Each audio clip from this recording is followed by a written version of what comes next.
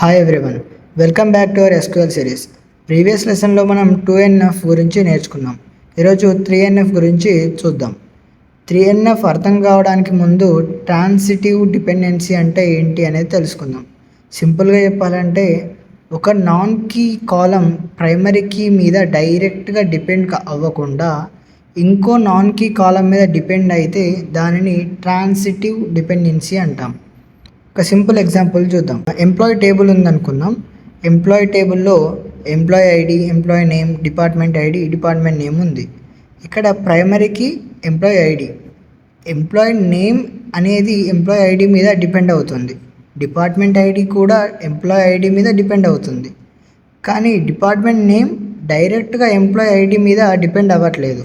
Department name అనేది department ID మీద depend అవుతుంది. ఇలా ఒక నాన్ కీ కాలం ఇంకో నాన్ కీ కాలం మీద డిపెండ్ అవ్వడాన్ని ట్రాన్సిటివ్ డిపెండెన్సీ అంటాం. ఇది 3NF వయలేషన్. ఇప్పుడు డేటాబేస్ని ప్రాపర్గా డివైడ్ చేద్దాం. ఎంప్లాయీ టేబుల్ ఉందనుకుందాం. అందులో employee ID, employee name, department ID ఉంది. డిపార్ట్మెంట్ టేబుల్ ఉందనుకుందాం. డిపార్ట్మెంట్ ఐడి, డిపార్ట్మెంట్ నేమ్ ఉంది. ఇప్పుడు డిపార్ట్మెంట్ నేమ్ని ఎంప్లాయీ టేబుల్లో రిపీట్గా స్టోర్ చేయాల్సిన అవసరం లేదు. డిపార్ట్మెంట్ డీటెయిల్స్ అన్నీ డిపార్ట్మెంట్ టేబుల్లో మెయింటైన్ చేస్తాం. ఎంప్లాయీ టేబుల్లో డిపార్ట్మెంట్ ఐడి మాత్రమే స్టోర్ చేస్తాం.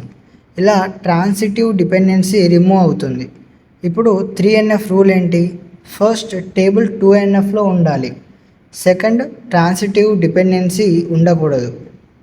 సింపుల్గా చెప్పాలంటే non key columns primary key మీద డైరెక్ట్గా డిపెండ్ అవ్వాలి. వేరే నాన్ కీ కాలం మీద డిపెండ్ అవ్వకూడదు. సింపుల్గా గుర్తుపెట్టుకోండి.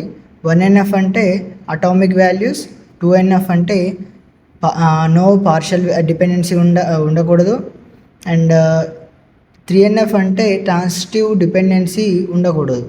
ఇంటర్వ్యూలో కామన్ క్వశ్చన్ ఏంటి? What is 3NF? A table in a 3NF if it is already in 2NF and contains no transitive dependency. Next లెసన్లో మనం BCNF గురించి నేర్చుకుందాం. Thank you. Follow for more updates.